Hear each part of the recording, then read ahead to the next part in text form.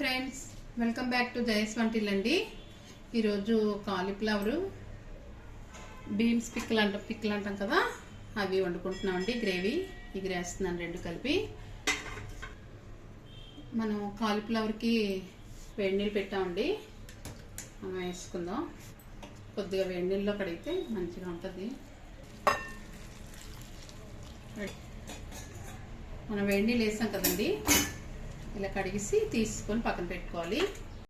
కావాల్సిన పదార్థాలండి: కాలీఫ్లవర్ ఒకటి తీసుకున్నామండి, పిక్కలు, ఉల్లిపాయ, 2 ఉల్లిపాయలు కట్ చేశాను, 2 పచ్చిమిర్చి వేసానండి, కట్ చేశాను.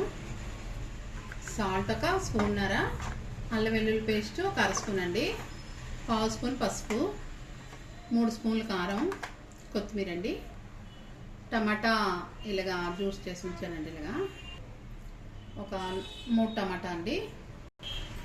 ఆయిల్ వేస్తామండి, 3 స్పూన్లు ఉంటుంది. ఉల్లిపాయ పచ్చిమిరపకాయలు వేస్తామండి. ఉల్లిపాయ బాగా వేస్తామండి. మనకి ఉల్లిపాయ ఎగిందండి, టమాటా వేసుకుందాం.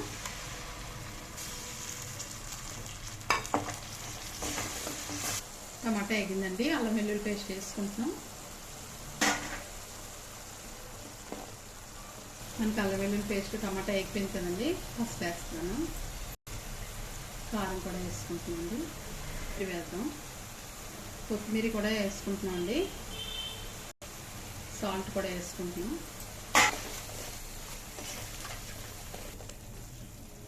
మనం ఈ మొత్తం కలిపిస్తున్నాం కదండి, కొద్దిగా ఎగింది. పిక్కలు వేసుకుంటున్నాం అండి, కాలీఫ్లవర్ వేస్తున్నాం. మనం కాలీఫ్లవర్ పిక్కలు వేసుకున్నాం అండి అన్నీ. ఇప్పుడు కలిపిసుకొని కాసేపు మూత పెట్టి మగ్గబెడదామండి. మనం మూత పెట్టుకుంటున్నాం అండి కాసేపు. చూడండి,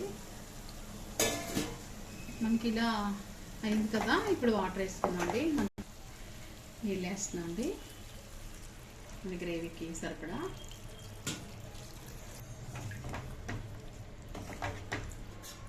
మనం వాటర్ వేసాం కదండి, మంచి నీళ్ళు.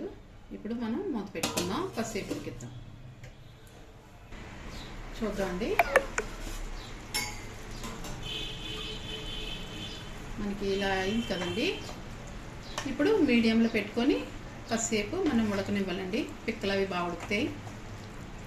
పిల్లలకి పెద్దవాళ్ళకి చాలా ఇష్టపడుతుందండి మన కాలీఫ్లవర్ పిక్కలు అంటే.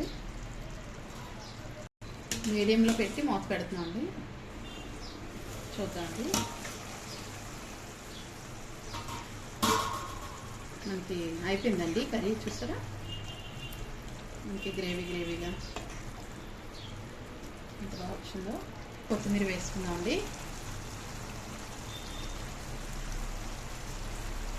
మన కూర అయిపోయిందండి, ఆపేస్తున్నాం.